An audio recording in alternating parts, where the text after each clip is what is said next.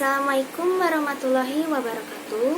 Saya Talita Nuril Aristawati dari kelas 12 MIPA 4. Di sini saya akan menjelaskan tentang peran pemuda dalam tata negara di Indonesia pada masa Orde Baru dan Reformasi. Setelah peristiwa G30S 1965, keadaan politik Indonesia menjadi kacau. Rakyat Indonesia sempat memprotes tindakan PKI yang mengakibatkan munculnya demonstrasi besar-besaran oleh kelompok mahasiswa. Selain itu, melemahnya ekonomi Indonesia semakin mendorong Kesatuan Aksi Mahasiswa Indonesia atau KAMI dan Kesatuan Aksi Pemuda Pelajar Indonesia atau KAPI pada tanggal 10 Januari 1966 membuat aksi 3 tuntutan hati nurani rakyat atau yang dikenal dengan Tritura. Nah, apa saja sih isi dari Tritura? Isi Tritura yaitu yang pertama, pembubaran PKI beserta ormas-ormasnya. Yang kedua, perombakan kabinet Wilkora. Dan yang ketiga, turunkan harga pangan. Tuntutan pertama dan kedua sebelumnya sudah pernah diserukan oleh KAP Gestapu atau Kesatuan Aksi Penggayangan Gerakan 30 September. Sedangkan tuntutan ketiga baru diserukan saat itu. Tuntutan ketiga sangat menyentuh kepentingan orang banyak.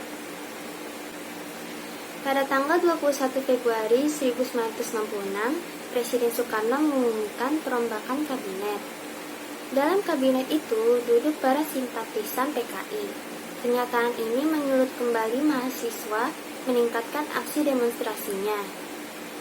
Tanggal 24 Februari 1966, mahasiswa memboikot pelantikan menteri-menteri baru. Dalam insiden yang terjadi dengan Resimen Cakrabirawa, pasukan pengawal Presiden Soekarno, seorang mahasiswa Arif Rahman Hakim meninggal. Pada tanggal 25 Februari 1966, KAMI dibubarkan, namun itu tidak mengurangi gerakan-gerakan mahasiswa untuk melanjutkan Tri Tuntutan Rakyat atau Tritura.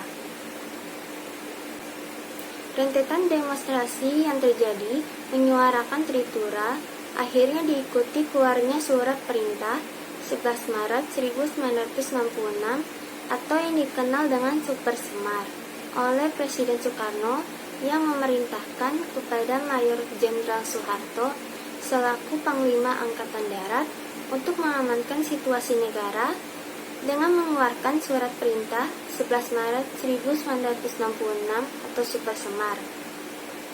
Kemudian Letjen Soeharto mengambil 2 langkah penting pasca dikeluarkannya Super Semar. Kedua langkah tersebut merupakan upaya memenuhi Tritura dan sebagai tanda lahirnya Orde Baru. Lalu ada KAMI atau Kesatuan Aksi Mahasiswa Muslim Indonesia.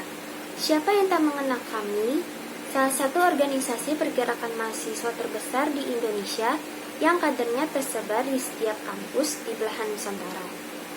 Terlepasnya dari besarnya dan masifnya gerakan KAMI saat ini juga dilatar belakangi oleh perjuangan aktivis mahasiswa era Orde Baru, khususnya mahasiswa yang disebut aktivis dakwah masjid dalam melawan kediktatoran rezim Orde Baru saat itu.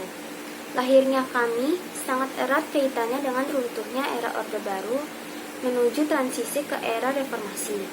Rezim Orde Baru yang dipimpin oleh Presiden Soeharto ini membuat jenuh para aktivis mahasiswa yang mengekang kebebasan berpendapat serta membuat negara Indonesia dalam kondisi kekacauan yang luar biasa saat itu, yang dimana saat itu Soeharto sudah 32 tahun lamanya berkuasa.